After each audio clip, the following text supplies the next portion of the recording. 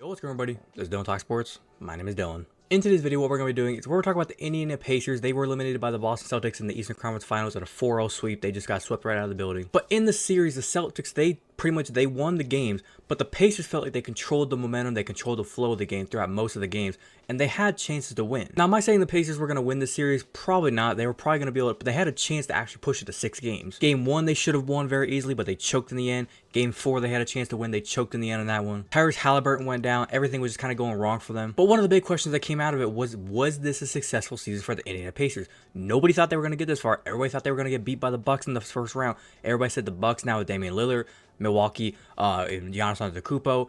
They were supposed to win that series. They were supposed to be the ones going on to face the New York Knicks. But the Pacers came out of nowhere. They took down the Bucks. They were injured. Then they were able to go over and take on the New York Knicks, who was also injured. Either way, they were able to win both those series. They were able to move on to the Eastern Conference Finals. And in my eyes, I see this as a successful season. But as always, Pacers fans, they don't see it that way. Some ESPN analysts, some don't see it that way. And I'm going to kind of explain why this was a successful season. So I'm going to stop rambling and we're going to get straight into this. So if you go to enjoy, as always, make sure you go and drop a like on this video. Be very much appreciated to do so. But without further ado, let's get into it.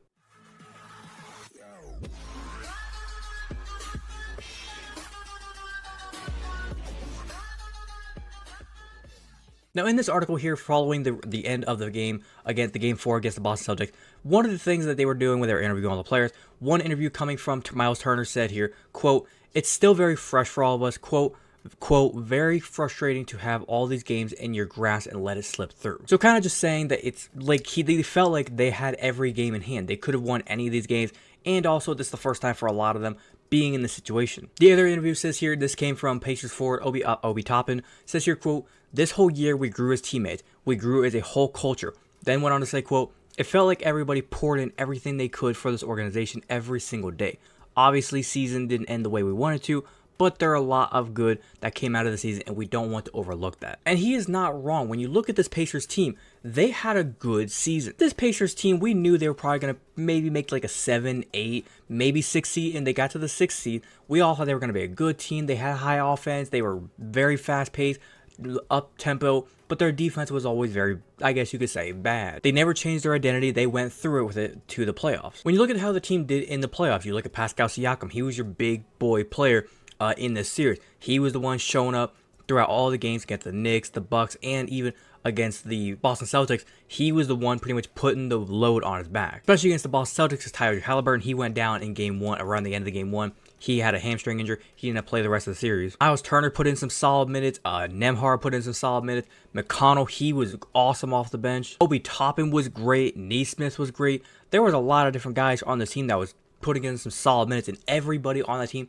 it felt like no matter who had the ball in their hand, could make an easy mid-range jumper. And there's times where, like, at the end of the game, you want, like, a certain guy to have the ball in his hands. You look at the Golden State Warriors, you want Steph Curry to have the ball. You look at the Lakers, you want LeBron to have the ball. With the Pacers, it doesn't matter who has the ball. They feel confident with everybody taking a shot. Now, like I was saying, whenever it comes to the defense, they are not the best defending team. When it comes to the defense, everybody knows the Pacers, they are not planning on playing defense against you.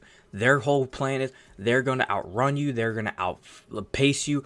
They're going to try to outscore you. It's basically a race to like 130 points when it comes to playing the Pacers. Now, in the sense of like I said, with this being a successful season, this was a successful season. Like I said, nobody expected you to be here. Everybody thought you were going to be out of the first round, but you guys showed up. Now, if this team would have went to the NBA Finals, Tyrese Halliburton, if he doesn't get hurt, and also he doesn't lose or get taken down in that first game, they probably could have went and done some things in this series. You look at game 1, Tyrese Halliburton made a stupid mistake dribbling the ball out of bounds, allowed Jaylen Brown to get the ball back to score a 3 to send the game to overtime.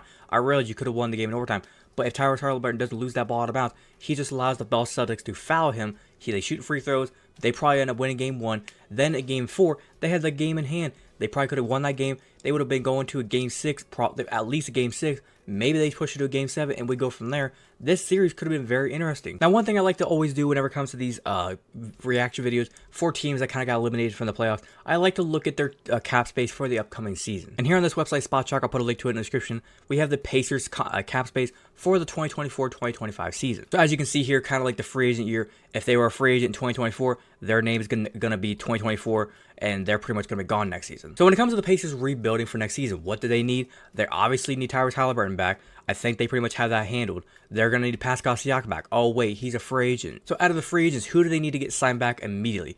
Pascal Siakam needs signed back. Obi Toppin, I would like to see him come back if I was the Pacers.